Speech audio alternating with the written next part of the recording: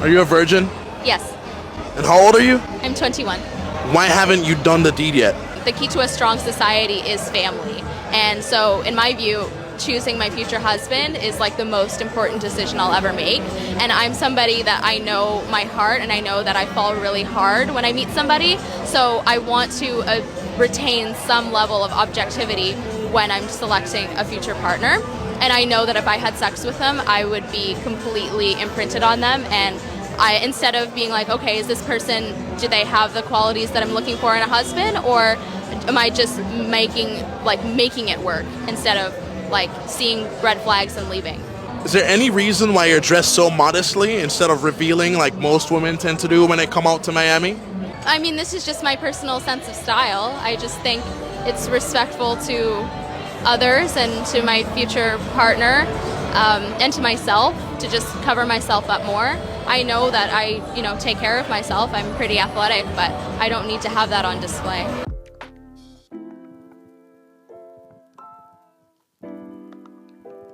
I have to say, she actually reminds me of me as far as values are concerned.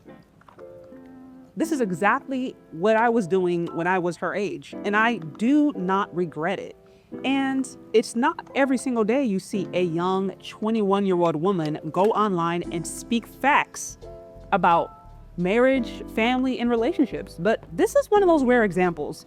And I have to say, I completely agree with everything that she said. I mean, I've been promoting this really since day one on my channel. The beauty of virginity, the beauty of saving yourself before marriage, and what it really means. And so first of all, I just want to give her a shout out for just speaking basic common sense and reminding the world that there are still people out there who exist that are not bought into the propaganda and are not treating themselves like a public garbage can.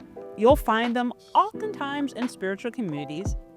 I mean, even if I think about myself, one of the main reasons I was dedicated to remaining a virgin before I got married was because of my spiritual convictions and the fact that I attended churches and was around spiritual communities that really believed in that and practiced that. I had people who really tried to model a life of remaining, sexually pure or just having sexual discipline before they got married.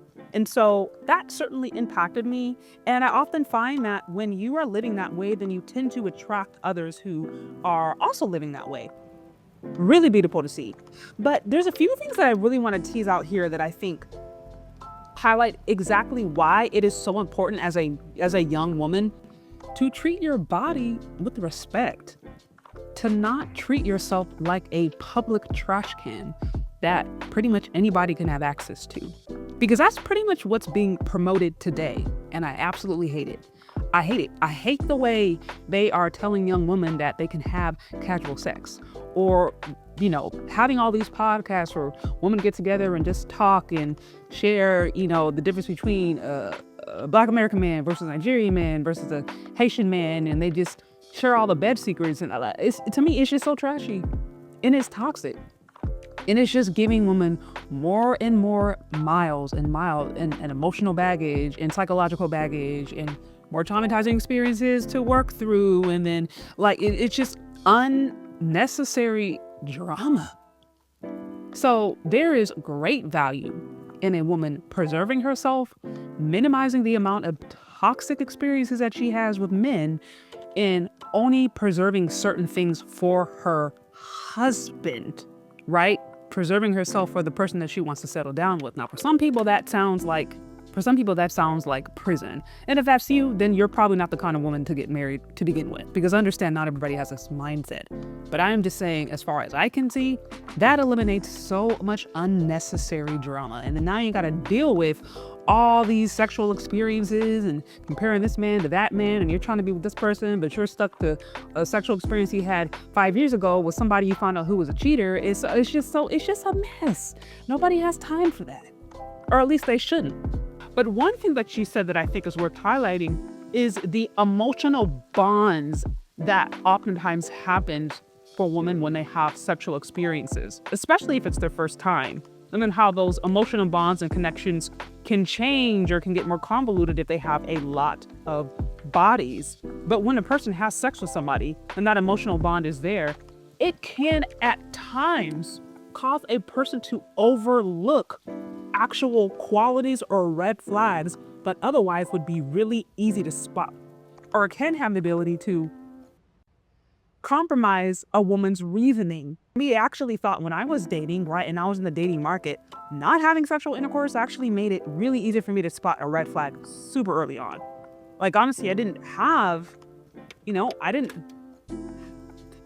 crazy long situationships. There weren't scenarios that were drawn out that was like, if I was dating someone or if we were talking, like, they knew very early on what I was about. And the red flags were super quick to catch because there wasn't sexuality clouding my point of view. And so I completely agree that the one benefit of maintaining that and not jumping into a relationship and being hypersexual is the fact that you can really see something for what it is before you fall in too deep and there's a baby or two and then there's DV or just a toxic emotional bond and all the stuff that happens when people engage in sex, because sex is a very spiritual experience. It's a very emotional experience. And of course it does impact everyone slightly differently. It does impact men and women differently on some level, but there is an intangible exchange that happens when that takes place. And so that's worth taking note of. And as someone who actually lived this way and is on the other side of marriage and knows people who did this as well, like, I can honestly say there's never been a time where I have regretted not running the streets. There's never been a time where I wished I had slept around more or wished I had sexual interactions with the dudes I dated or was, talking to before I met my husband. Like, that's never ever once crossed through my mind.